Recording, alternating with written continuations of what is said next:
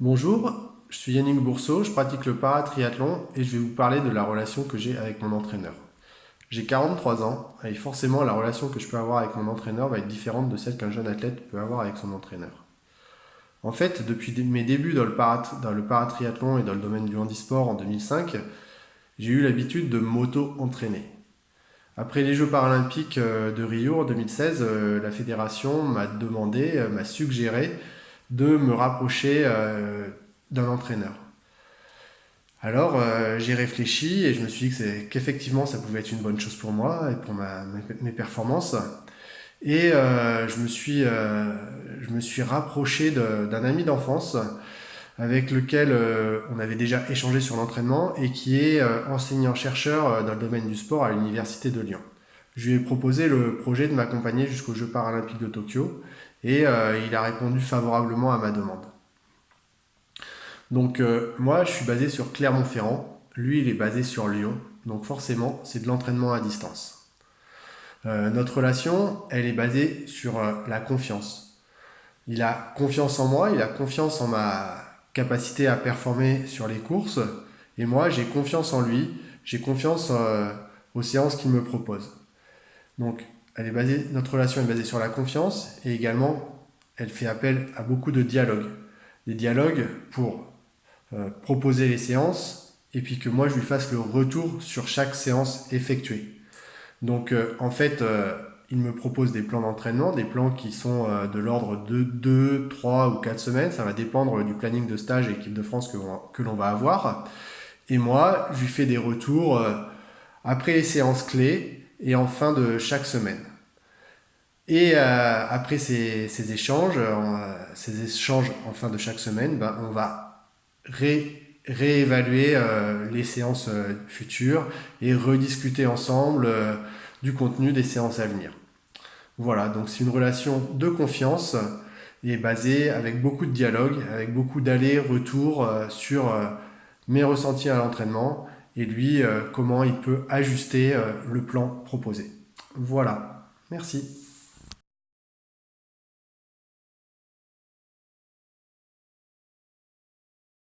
Bonjour à tous, je me présente, Boris Neveu, membre des équipes de France de kayak slalom depuis une quinzaine d'années maintenant. Alors le thème que nous allons aborder aujourd'hui sur cette séquence vidéo, c'est la relation entraîneur-entraîné. Pour moi, on ne va pas parler du pourquoi, pourquoi cette relation est importante, pourquoi elle doit être bonne. Cela me paraît logique qu'il n'y ait pas de conflit, qu'il n'y ait pas de confrontation entre un entraîneur et une athlète pour pouvoir prendre du plaisir à s'entraîner quand on est athlète, pour pouvoir prendre du plaisir à entraîner quand on est l'entraîneur, et pour pouvoir qu'il y ait une sorte de plaisir et d'épanouissement personnel pour chacun. Et sans ça, je pense que déjà la performance, elle ne peut pas arriver au bout. Donc on va plutôt parler de quels sont les aspects essentiels pour moi dans cette relation qui permettent justement que ce soit le plus efficace possible. J'ai noté 4 points. Le premier point, c'est la notion de confiance. Une confiance qui doit être réciproque, c'est-à-dire que je fais confiance à mon entraîneur et l'entraîneur me fait confiance. Voilà, je lui fais confiance sur par exemple la planification, tous ces aspects-là, des points techniques à travailler, sur le comment on va le travailler, à quelle période. Mais par contre, je sais aussi qu'il me fait confiance sur mon ressenti personnel, sur je suis fatigué, je préfère arrêter la séance un peu plus tôt, je suis en forme, on peut refaire une série. Sur une compétition, je sens pas telle figure, je préférais celle-là qui est un peu moins rapide. Voilà, je sais qu'il va me faire confiance et ça c'est important pour moi. On parle de confiance, presque on peut parler de complicité avec lui. Je pense que ça a toujours été le cas avec mes entraîneurs. Ça va un peu plus loin, c'est-à-dire qu'il y a vraiment du plaisir à m'entraîner avec cet entraîneur-là, à le rencontrer, à discuter avec lui, à aller boire un verre avec lui, et à échanger de kayak, de performance, mais aussi d'autres choses. Et ça, c'est important. Le deuxième point, c'est la notion d'investissement commun. Pour moi, on doit aller dans le même sens, avec les mêmes objectifs et avec la même motivation. C'est-à-dire que l'athlète doit être motivé pour atteindre ses objectifs. Mais l'entraîneur doit être motivé aussi pour pouvoir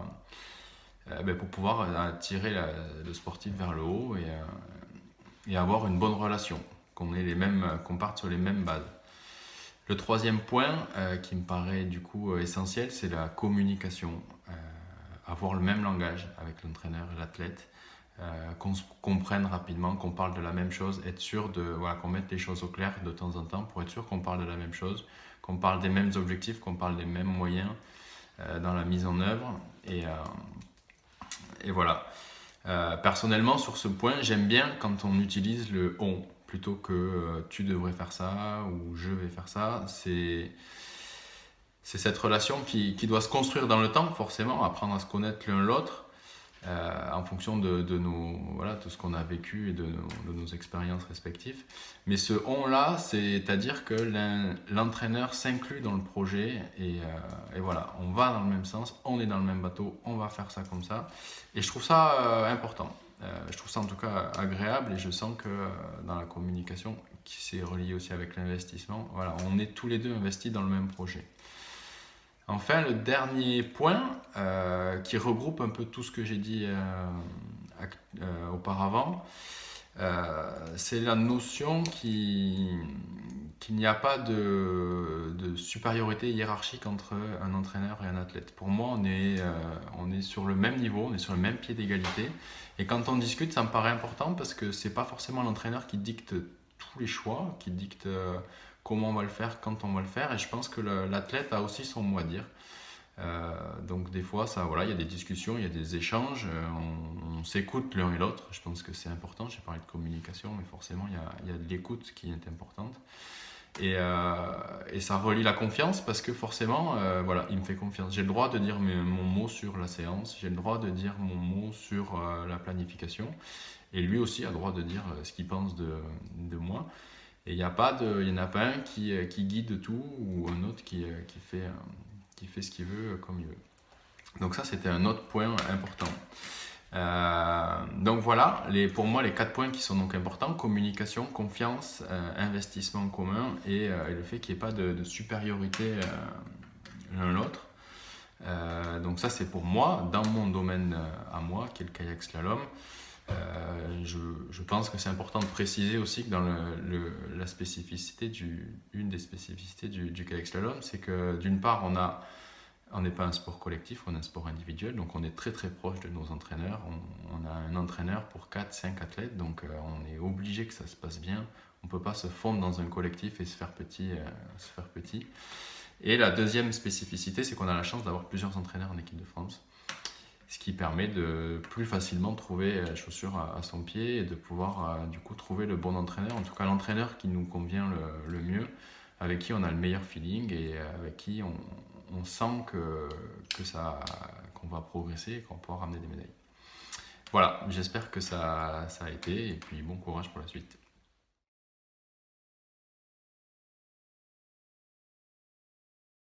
Bonjour, je m'appelle Cyril Thomason, je suis gymnaste et je vais vous parler de la relation que j'ai avec mon entraîneur Anatoly Vorontsov.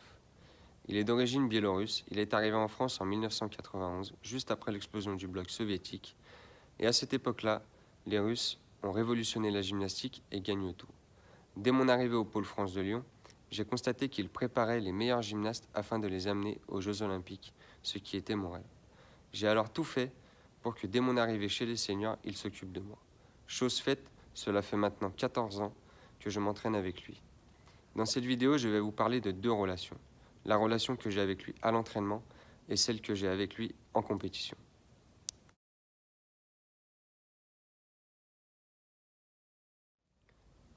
Depuis le début de notre collaboration, il m'a tout de suite appris que seul le travail nous permettra d'atteindre notre objectif commun, à savoir remporter des médailles sur les plus grandes compétitions internationales. Le cumul de notre investissement a créé de la confiance et du respect. 2 choses qui me paraissent primordiales pour une bonne relation. Et plus les années passent, plus ces 2 valeurs sont essentielles. Aujourd'hui, je dirais même que je suis dépendant de lui. J'ai toujours besoin qu'il soit à mes côtés. Ses conseils, son regard, son attitude, la connaissance qu'il a de moi-même nous permettent d'avancer tous les jours dans de bonnes conditions. C'est la personne qui me rassure, et je sais que lorsqu'elle me dit de tenter un mouvement, c'est qu'il m'en sent capable et qu'il en a mesuré le danger. On en arrive même, dès le premier regard, à savoir dans quel état est l'autre, s'il est fatigué, s'il est anxieux, s'il est malade. Cette complicité est telle qu'elle en devient presque fusionnelle. Et cela nous permet d'adapter l'entraînement au jour le jour afin de viser toujours plus haut. Cependant, durant ma carrière, j'ai vécu de durs moments, notamment lorsque mon corps a commencé à vieillir et à me faire ressentir que je ne pouvais plus travailler comme lorsque j'avais 20 ans. Autant pour lui que pour moi, ce changement a été difficile à accepter. On ne se comprenait plus, on s'est fait la tête pendant des jours et des jours, mais malgré tout, parce que nous sommes deux personnes indissociables, et à force d'échanges et de dialogues courts mais sincères, on s'est remis à travailler ensemble et à faire front.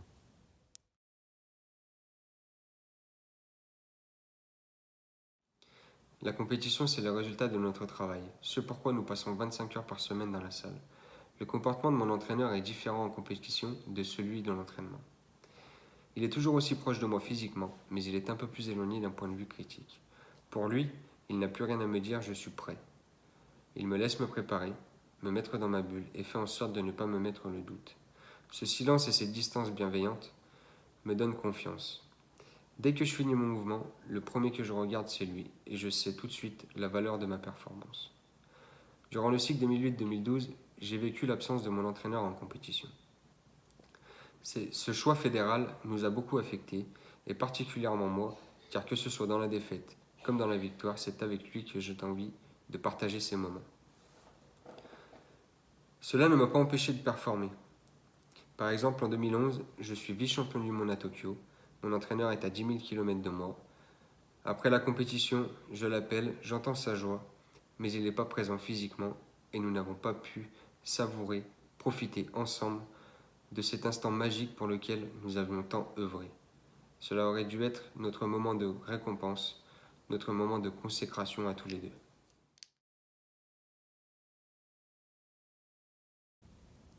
Pour conclure, je peux dire qu'après plus de 20 000 heures passées à ses côtés, il occupe une place cruciale dans ma vie. Cette amitié tissée durant cette longue période sera le ciment de nos futures relations dans ma reconversion. Et j'aimerais dire que la relation entraîneur-entraîné est comme une relation de couple.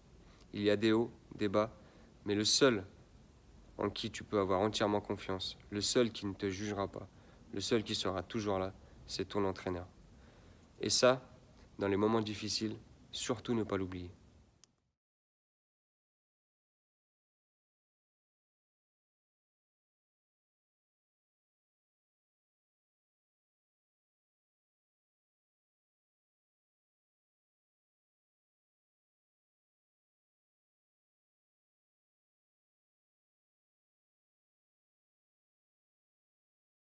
Bonjour, je m'appelle Maxime Thomas, je suis triple médaillé aux Jeux paralympiques en 2008, 2012 et 2016 et actuellement en préparation pour les Jeux paralympiques de Tokyo 2020 et Paris 2024. Le thème de cette petite vidéo est la relation entraîneur-entraîné. Pour moi, elle se résume en un seul mot, confiance. Confiance mutuelle, confiance en l'autre, mais également confiance en soi et la confiance que l'entraîneur apporte aux joueurs en toute situation, dans sa construction, dans sa quête de performance. Voilà, c'est pour moi le mot vraiment central. De cette confiance découle de la complicité. Pour moi, c'est essentiel dans la relation entraîneur-entraîné. Une complicité, mais également beaucoup de respect, respect mutuel, de se placer d'égal à égal. L'entraîneur est là pour aider le joueur à se construire, à se révéler, à révéler son potentiel, à mieux se connaître aussi. Respect à plusieurs titres, respect de l'homme, respect de l'engagement aussi. Et de l'investissement que et le sportif et l'entraîneur mettent dans un projet commun. J'ai toujours eu l'habitude de fonctionner en fait par Paralympiade et j'ai travaillé avec 4 entraîneurs de manière vraiment plus approfondie, plus individuelle. Le tennis de table est un sport individuel par essence. La relation entraîneur-entraîné est vraiment très très forte. On s'entraîne à peu près entre 4 et 6 heures par jour, 2 fois par jour. C'est une relation quotidienne, une relation aussi qu'on peut vivre à distance. Parfois, l'investissement peut être en décalage et j'ai déjà eu des entraîneurs avec lesquels ça s'était plus ou moins bien passé parce que je trouvais que leur investissement était pas suffisant par rapport à moi, ce que j'engageais au quotidien. Et l'expérience fait, et les années passant, ça fait maintenant presque 15 ans que je fais du sport de haut niveau. Je me suis rendu compte qu'il était essentiel de respecter aussi l'entraîneur dans ce qu'il était. C'est pour ça que c'est important de vraiment bien se connaître, déjà soi-même, mais également de connaître son entraîneur pour savoir quels sont ses points forts, ses points faibles et savoir les respecter et faire en sorte d'avancer intelligemment vers un objectif commun. La confiance qu'on peut retirer de la relation d'entraîneur, elle se fait aussi dans la durée, dans la stabilité. C'est quelque chose qui se construit. Depuis le retour des Jeux de Rio, en fait, j'ai cherché à améliorer ma structure d'entraînement. J'ai fait le choix de recruter un entraîneur à plein temps. Il s'avère qu'au bout de 2 ans, je me suis rendu compte que c'était une personne qui ne me correspondait absolument pas, qui était plus fermée et qui cherchait à m'emmener dans des secteurs de jeu que je ne désirais pas développer et qui ne me correspondaient pas à moi personnellement. Et depuis le début 2018, et surtout là depuis le début de cette année 2019, j'ai retrouvé mon entraîneur formateur au Krebs de Nancy, et avec lequel j'avais déjà passé plus de 5 ans. C'est lui qui m'a mis en place ma technique. C'est l'entraîneur avec lequel j'ai le plus de complicité, qui me connaît le mieux aussi. La communication qu'on a, elle est à la fois verbale mais beaucoup plus non verbale, je dirais. Un simple clin d'œil, une simple expression, une attitude, je sais exactement ce qu'il pense et ce qu'il souhaite que je modifie ou que je fasse, ou s'il est content de moi et de ce que je produis à l'entraînement. Voilà, je trouve que c'est aussi quelque chose de très très important d'arriver à développer une relation qui va au-delà de la simple relation professionnelle. Pour moi, l'affect est très très important, ça me nourrit.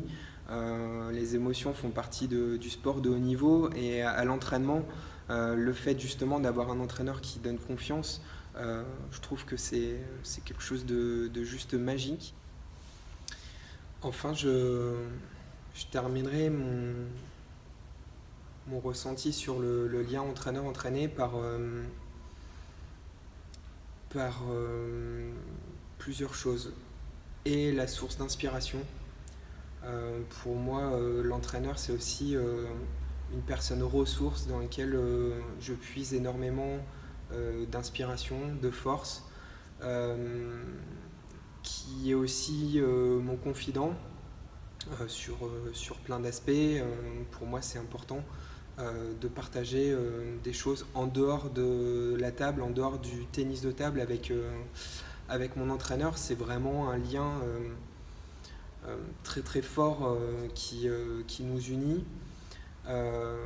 Et c'est une personne sur laquelle je vais pouvoir et je dois pouvoir compter, surtout quand je suis en difficulté, quand je suis fatigué, quand je suis un petit peu blessé, qui va pouvoir aussi m'aider à cheminer dans mon projet sportif, dans ma quête de médailles paralympiques, qui va m'accompagner, avec lequel je vais faire des choix. C'est un travail d'équipe. Pour moi, il est évident qu'on ne peut pas réussir seul, on réussit toujours en équipe. Si je reviens sur mon lien avec mon entraîneur, à l'époque, quand j'ai débuté le tennis de table, à ma sortie du centre de rééducation, on a fait un choix fort et un choix ensemble qu'on a porté qu'on a porté tout au long de ma carrière, à savoir faire des études et mener un double projet en même temps que me développer mes compétences et mes habiletés au niveau du tennis de table. Et ça m'a plutôt bien réussi et j'ai réussi en fait à construire une carrière avec une base solide, une base technique solide sur laquelle j'ai pu m'appuyer dès lors que j'ai terminé mes études et que j'ai décidé de passer à plein temps sur une carrière de sportif de haut niveau. Et cet entraîneur qui m'a formé, je le retrouve maintenant avec bonheur après 10 ans passés avec d'autres personnes.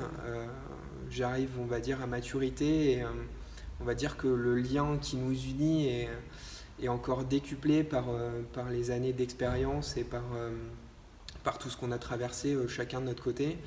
Et voilà, on est vraiment dans un même projet de performance avec la volonté de constamment, pour lui, me pousser toujours plus loin dans mes retranchements pour que je progresse le plus possible et que je sois même d'aller réaliser mes objectifs.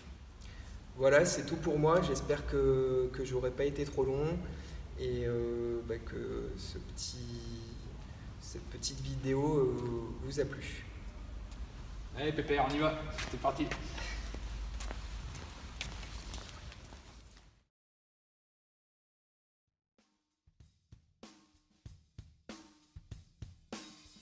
Ludo, c'est mon entraîneur et c'est aussi 40 ans d'expérience.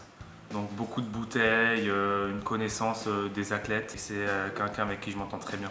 Et ça s'explique pas, c'est un feeling. Voilà, et avec lui ça se passe très bien, je suis super content et j'espère que ça va durer. Un bon entraîneur, c'est quelqu'un qui nous convient à nous.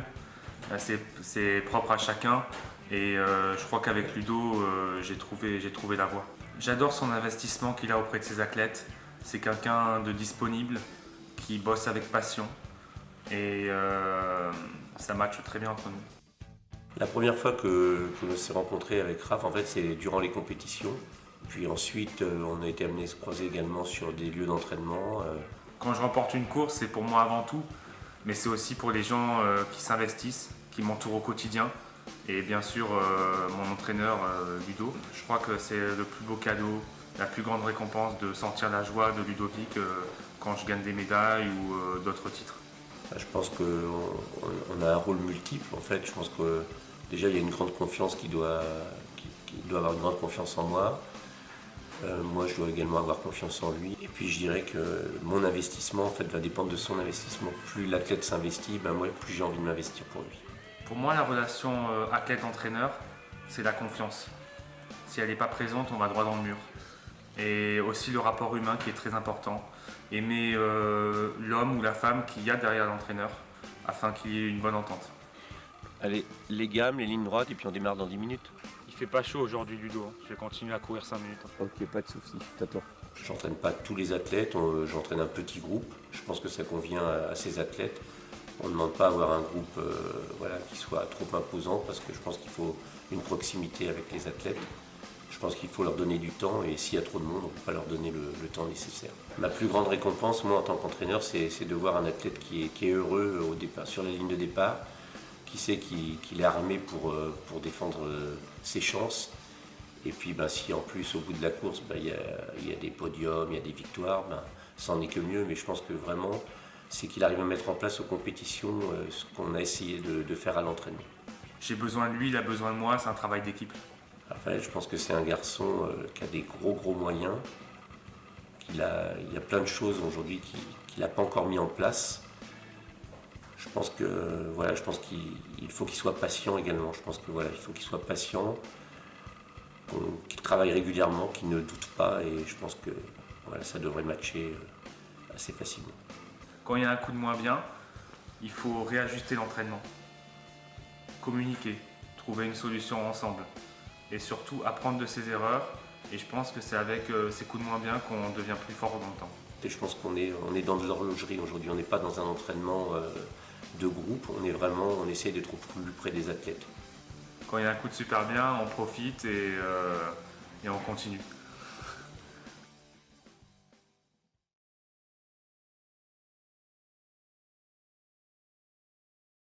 Salut à tous, je suis Jérémy Monnier. Alors je suis athlète olympique en tir à la carabine, j'étais sélectionné aux Jeux de 2012 et 2016 et je suis aussi entraîneur adjoint du pôle France de Strasbourg. Alors dans ma petite vidéo, je vais vous parler de la relation entraîneur-entraîné et plus particulièrement de de ma période junior où ça a vraiment été déterminant pour moi dans le cadre de ma progression. Alors j'ai commencé mon parcours de haut niveau avec deux entraîneurs assez différents. En fait, le premier avait été un champion très reconnu dans ma discipline et il était plutôt sur une relation basée sur une bonne ambiance dans le groupe, sur assez d'autonomie dans l'entraînement, beaucoup de liberté. Et un deuxième qui était assez différent, donc lui avait été un peu moins connu, par contre il avait la réputation d'être beaucoup plus dur et un petit peu autoritaire. Et donc en fait nos relations étaient surtout basées sur le professionnalisme et la performance.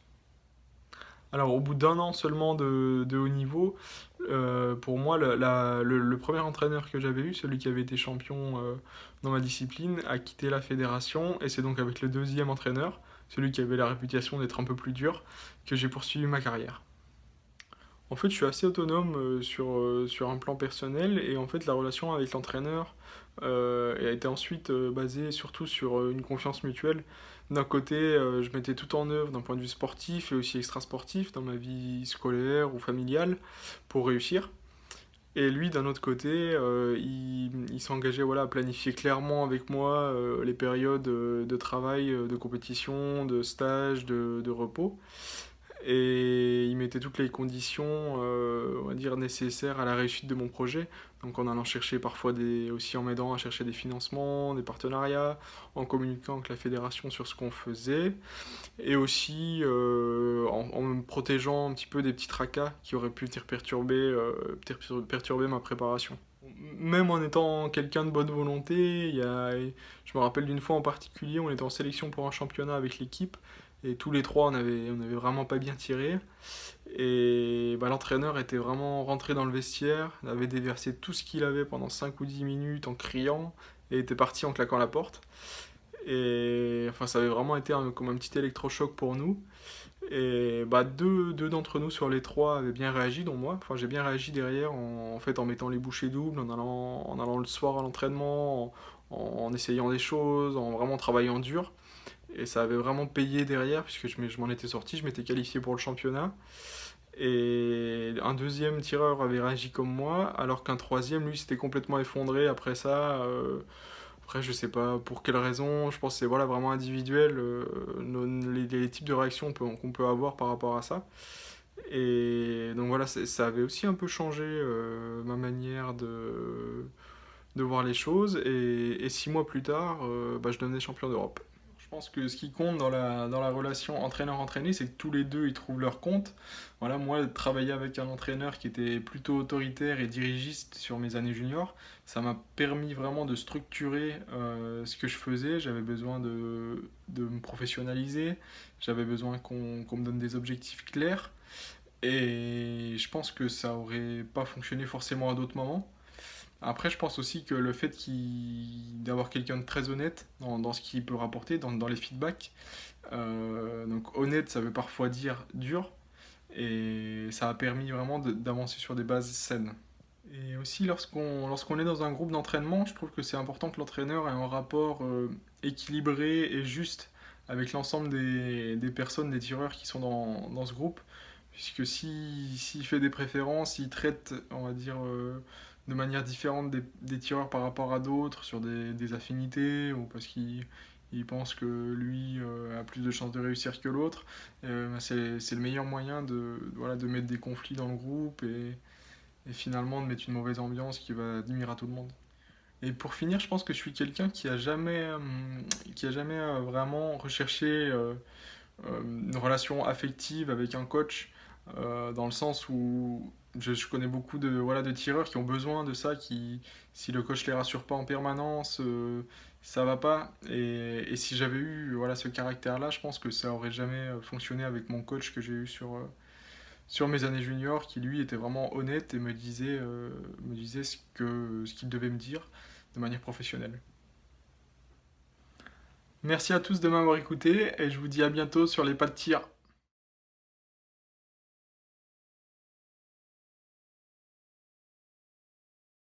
Alors je trouve que c'est important d'avoir une bonne relation avec son entraîneur parce que finalement notre sport c'est notre passion, on le pratique tous les jours mais c'est encore mieux si on a quelqu'un à nos côtés qui des fois nous supporte, qui nous aide.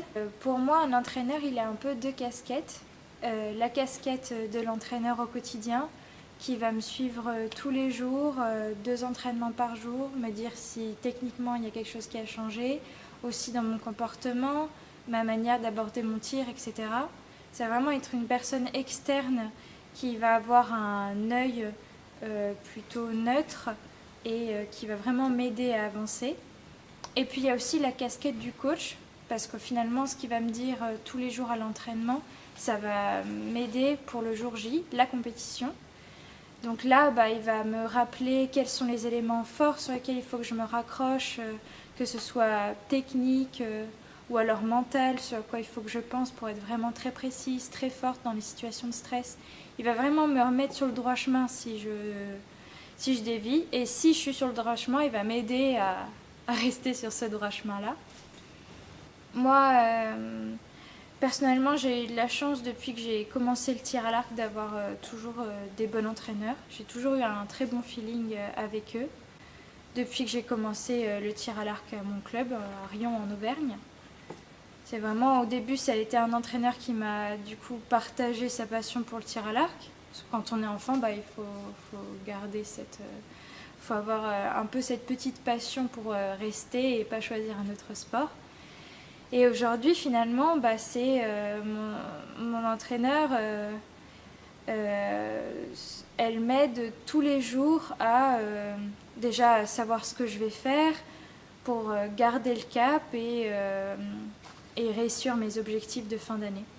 Je trouve que la confiance entre un entraîneur et un entraîné, c'est très important parce que finalement, on lui confie finalement pas notre vie, mais presque. C'est un peu, moi aujourd'hui, le tir à l'arc, c'est presque toute ma vie. Je suis là à Paris pour le tir à l'arc. Donc je lui confie un peu mon projet olympique, le rêve de médaille.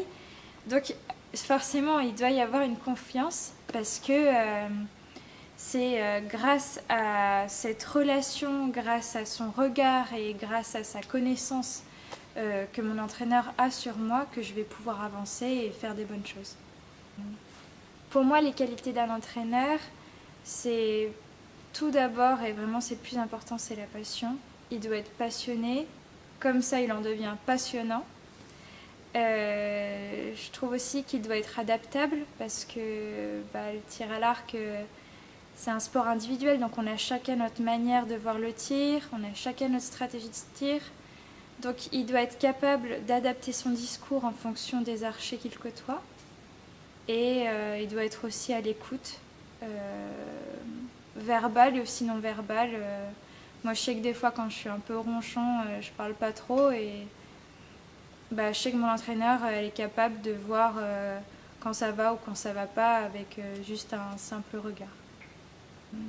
Il faut aussi savoir que dans la carrière d'un athlète, on ne va pas garder le même entraîneur du début jusqu'à la fin.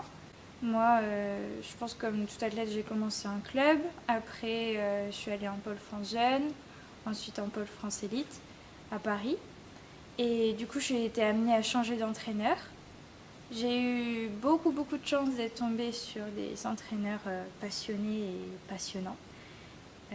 Qui m'ont donné envie de travailler, de dépasser mes limites, de venir m'entraîner tous les jours, même les jours où j'avais pas envie, ou les jours après une semaine de compétition où je fais n'importe quoi, ou une semaine de compétition où je réussis, mais du coup il faut garder l'envie encore de travailler. Donc ça c'est grâce à ces entraîneurs-là que peut-être aujourd'hui je peux prétendre un jour aller aux Jeux Olympiques et je l'espère décrocher une médaille. C'est pas toujours tout rose, une relation avec un entraîneur. C'est pas notre meilleur ami, c'est notre entraîneur, notre coach. C'est celui du coup qui va être capable de nous un peu nous ramener les pieds sur terre quand on peut se projeter un peu loin. Mais c'est aussi celui qui va nous déterrer du trou si on est à les pâquerettes et qu'on en a marre de notre vie. Donc c'est pas notre meilleur ami, mais c'est un réel allié dans notre projet.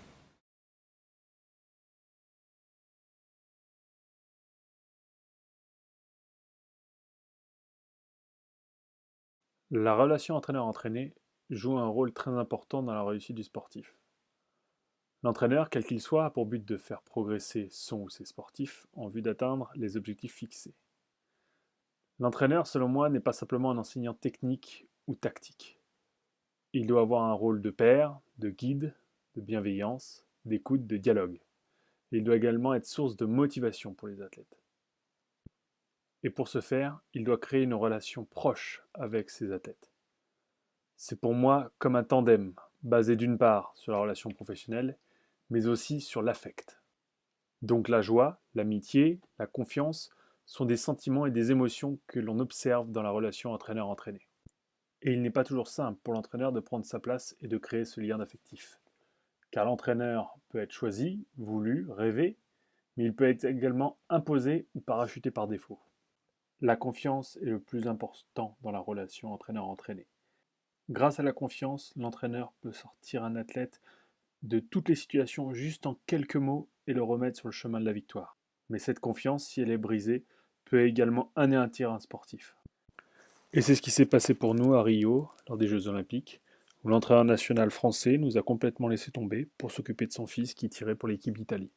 Pour la petite anecdote, il nous a même donné des faux horaires de passage pour qu'on ne puisse pas se présenter à l'épreuve et justement enlever des concurrents à son fils. Mais je vous rassure, aujourd'hui, il n'est plus entraîneur national. Donc la relation entraîneur-entraîné est complexe et elle est propre à chaque entraîneur ou à chaque sportif. Et cette relation, je la compare souvent avec la relation de couple, car comme dans un couple, c'est une question de feeling, d'affectif, de confiance réciproque et d'objectifs communs. Et comme dans les couples, ça ne marche pas toujours.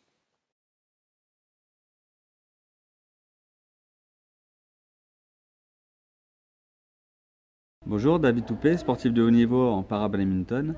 La relation entraîneur-entraîné, la bonne relation entraîneur-entraîné pour moi est primordiale dans la recherche de la performance.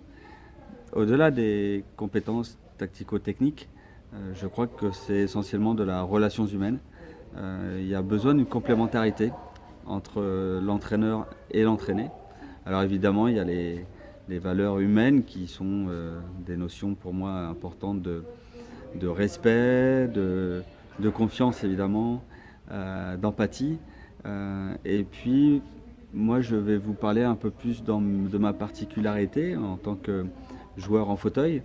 En handisport, il y a donc cette notion d'adaptation pour moi qui est aussi primordiale dans cette relation, d'adaptation et de compréhension et donc évidemment ça se construit dans le temps. J'ai aussi la particularité de m'entraîner sur 2 sites différents avec 2 entraîneurs différents avec 2 profils différents. Voilà, je voulais évoquer ça également, c'est que par exemple avec un de mes entraîneurs, nous sommes sur le même profil, c'est-à-dire que en termes d'organisation, on n'est pas très performant justement, on est plutôt à organiser les choses un peu au dernier moment, mais en étant efficace pour autant. Mais si on veut rechercher quelque chose de très performant, on s'est mis d'accord pour que on fasse chacun les efforts et que malgré qu'on soit sur le même profil, que l'un ou l'autre prenne à sa charge cette planification et cette organisation, cette anticipation. Voilà, c'est un des exemples, mais en effet, cette complémentarité, elle est pour moi primordiale. Ouais, encore. Allez. Réarme.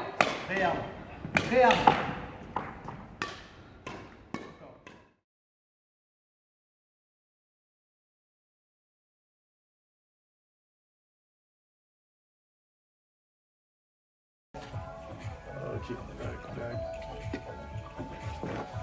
la séance elle est posée, tu regardes où on en est? Encore de l'arraché puissance debout? Mais j'ai l'impression de faire que ça, j'en ai fait il y a 2 jours. On en a déjà parlé. Arraché puissance debout, ça fait un moment qu'on en parle, t'es obligé d'en manger, c'est comme ça. Voilà. Ok, super. Génial. Et voir. Viens voir, lâche la barre, viens voir. On en a parlé la dernière fois, c'est quoi ton problème à l'arraché? C'est quoi ton problème? la fin d'extension. Et quel est le mouvement qui fait travailler la fin d'extension par excellence? L'arraché des plots. Non, l'arraché des plots, ça fait pas travailler la fin d'extension, surtout pas avec toi. Tu te faufiles sous la barre, toi. Donc non, quel est le mouvement qui permet de travailler la fin d'extension? On en a parlé. L'arraché puissance debout. Ça commence à payer, tu le sens sur les entraînements et tout, il y en a encore pour 3 semaines, un mois.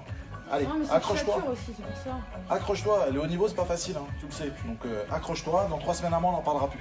Allez, Ok. accroche-toi. Ça marche.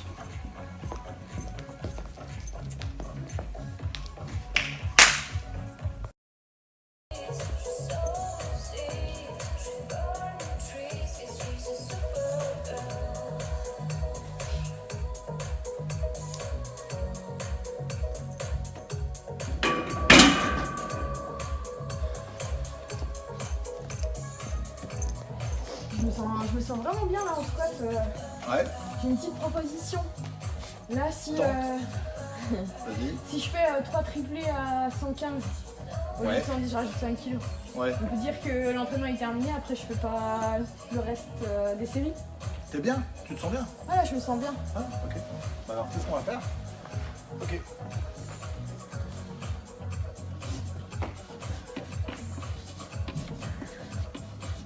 Ah mais c'est pas ce que je t'ai dit. Non. Ah tu me dis 120, donc Ouais. ça fait... Ah, moi je te propose que pour moi, si tu veux arrêter l'entraînement, fais ça. Ok. Deal ou pas deal? Tu fais 3 doublés à 20 et on arrête. Terminé. Ok, ça marche. C'est bien? Ouais. Vas-y. C'est parti. Bon, aujourd'hui, arraché gamme. On part sur une gamme à l'arraché. En fonction de commenter, c'est la fin de semaine. Je sais que ça doit être. Voilà, la fatigue elle est un petit peu là. Ça serait bien d'aller chercher 77, 78 à l'arraché. Ça marche? 77, 118, ça va être dur, Ouais. je pense. Hein. Ça va être dur. Fatigué, ouais, j'ai Fatigué. une bonne courbature. Ah bah tu sais quoi alors, ok, d'accord. Eh bah moi je vais faire autre chose. Allez, je pars sur une base. Si t'arraches 80, je sais que ce soir normalement c'est un petit peu détente. Si t'arraches 80, c'est moi qui paye le burger. 80 à l'arraché, tu le sens comment? Pour un burger, je peux essayer. Ah bah voilà, on valide. Allez, échauffe-toi bien et on regarde ça après. Ça marche.